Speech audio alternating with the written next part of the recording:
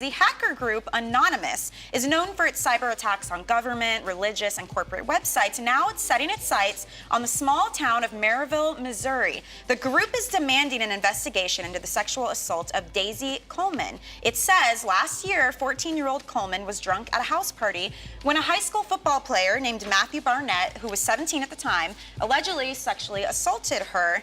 Now, Jada, Jason, we know there are so many details to this story. I mean, that's just the tip of the iceberg. Anonymous claims one of Matthew Barnett's friends recorded the whole incident on a cell phone, and then they ended up dumping Coleman into her front yard. Mind you, this is like 30-degree weather we're talking about.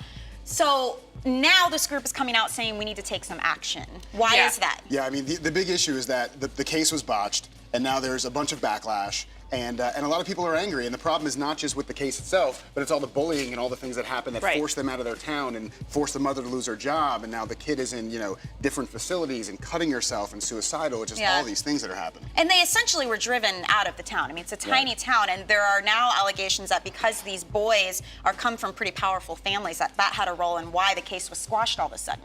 Yeah, and when I look at this, Michelle, we're highlighting all of these areas with the law and with the families, but this poor girl who has been humiliated and traumatized sexually.